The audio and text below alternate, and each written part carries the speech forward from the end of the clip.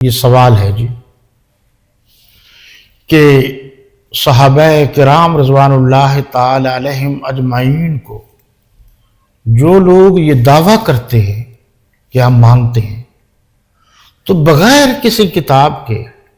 وہ ثبوت دیں، اور ہم بھی ثبوت دیتے ہیں کہ ہم بھی اہل بیت اعظام کو مانتے ہیں۔ تو اس پر بڑی جرح قدح اور خاص کر کمنٹس جو آئے، ان میں سے ایک کمنٹس میں آپ کو پڑھ کے سناتا ہوں تاکہ آپ کو احساس ہو کہ آپ کیا کر رہے ہیں اور آپ کا دشمن کیا کر رہا ہے، یہ تھوڑا سا آپ کو پتہ چل جائے۔ باقی رہی میری بات، میں تو جو مجھ میں توفیق ہے میں تو لگا ہوا ہوں، اور ظاہر ہے کہ جو اللہ نے میرے حصے میں نیکی کا کام لکھا ہے وہ تو مجھے ہوگا۔ اچھا، وہ کہتا ہے جی، یہ میں آپ کو تھوڑا سا بتا دیتا ہوں، اس کا عنوان جو دیا تھا ہم نے کہ شیعہ سر تا پا جھوٹے ہیں، یہ ٹاپک تھا۔ اب ظاہر بات ہے کہ اس سے تو میں نے حوالہ بھی دیا تھا قرآن مجید کا، اب آپ تھوڑا سا لگے اس پر دیکھیں کہ انہوں نے کیا کہا ہے، اور وہ کہنے والا جو کہہ رہا ہے وہ یہ ہے، جیسا کہ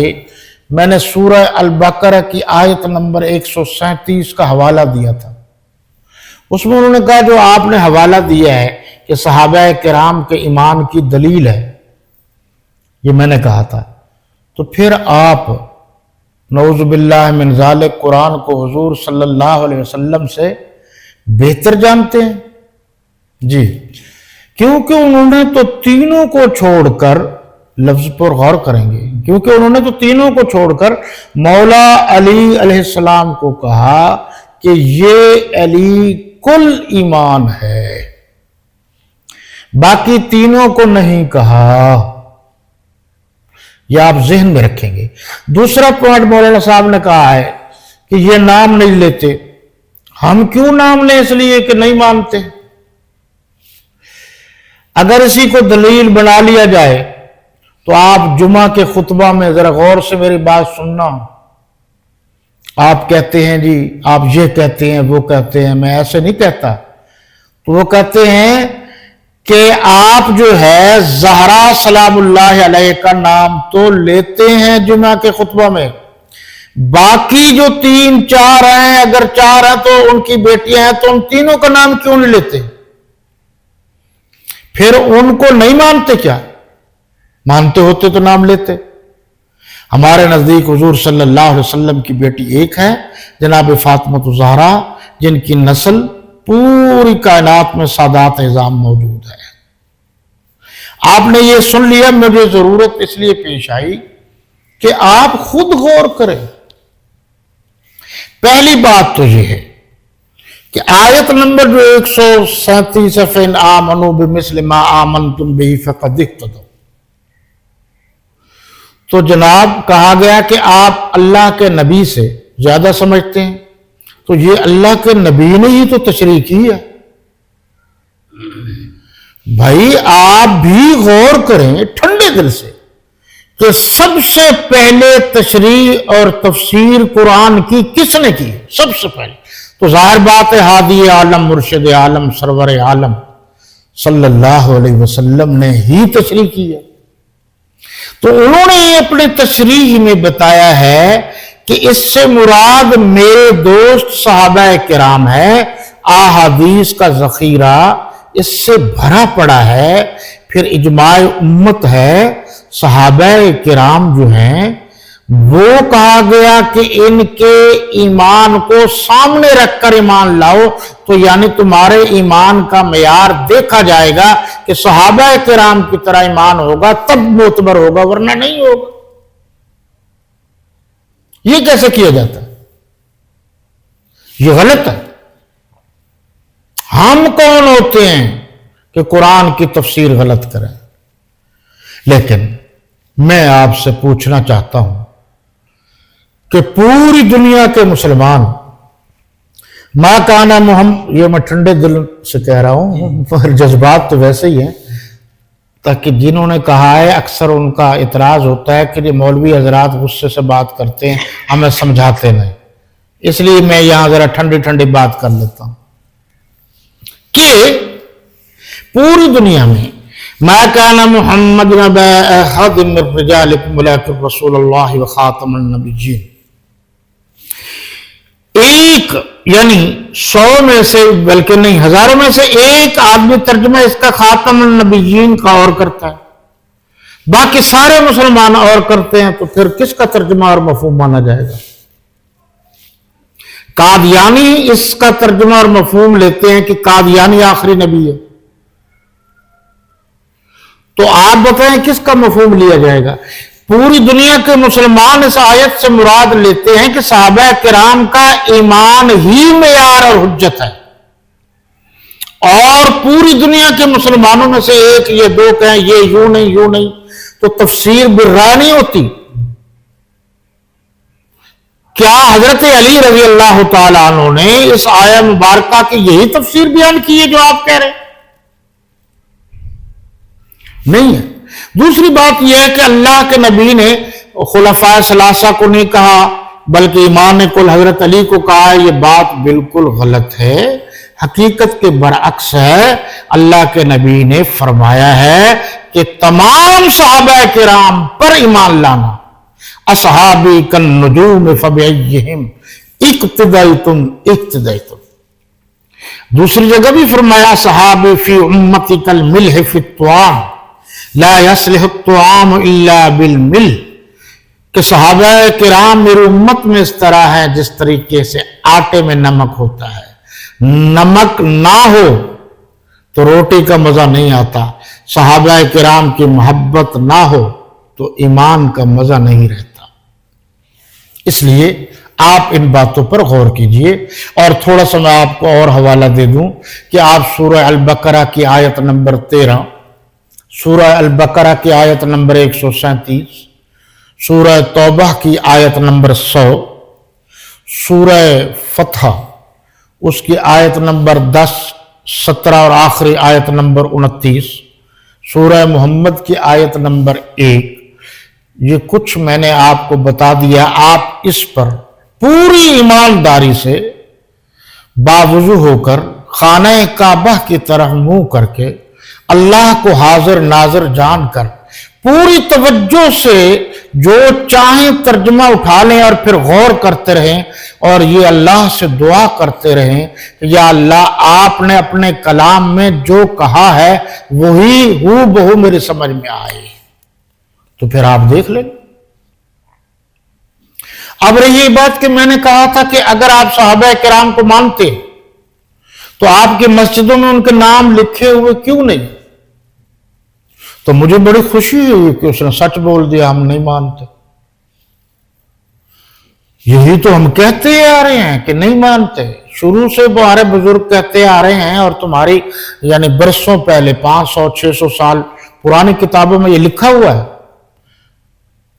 نعوذ باللہ من ذالک صحابہ کرام کو تم نے ایماندار نہیں لکھا، اور بہت کچھ اور بھی لکھا ہے جو ہم بیان کرتے ہوئے ذرا اچھا نہیں لگتا، وہ الفاظ ان کے بہت گستاخانہ ہے۔ ہم تو یہی کہہ رہے ہیں، ہم جس کو اپنا لیڈر مانتے ہیں مجدد اسلام، مجدد العصر حضرت مولانا حق نواز جھنگوی شہید، انہوں نے یہی تو کہا تھا کہ تم اپنے لٹریچر میں کہیں دکھاؤ نا جس میں خلفائے ثلاثہ خصوصاً صحابہ کرام کی تعریف و توصیف لکھی ہوئی ہو، تو نہیں لکھی ہوئی تو ہم مان جائیں، لیکن عام حالات میں وہ کہتے ہیں جی ہم مانتے ہیں تم جھوٹ بولتے ہو۔ اس پر میں نے یہ بات کی تھی کہ اگر ہم جھوٹ بولتے ہیں تو آپ اپنے بطور ثبوت کے، بطور پروف کے کسی امام باڑے میں، کسی مسجد میں نام دکھا دے خلفائے ثلاثہ کے، تو ہم مان جائیں گے۔ اور اس سوال میں جو اس نے یعنی جو اس نے پوائنٹ اٹھایا آخری، میں نے بارہا اپنے دوستوں سے درخواست کی ہے کہ اگر کوئی شخص اپنی مسجد میں حضور کی 4 بیٹیوں کی بجائے ایک بیٹی کا نام لیتا ہے تو ہمارے جو مفتیان نظام ہیں خصوصاً وہ فتویٰ دینے میں بہت احتیاط کرتے ہیں. میں فتویٰ نہیں لگانا چاہتا، اگر تو وہ اپنی کمزوری سے، سستی سے، کاہلی سے ایک کا نام لیتا ہے باقی 3 کا نہیں لیتا، تو پھر تو اس کی نادانی ہے، بے وقوفی ہے، اس کو اپنی اصلاح کرنی چاہیے. اور اگر وہ علم ہونے کے باوجود جان بوجھ کر نہیں لیتا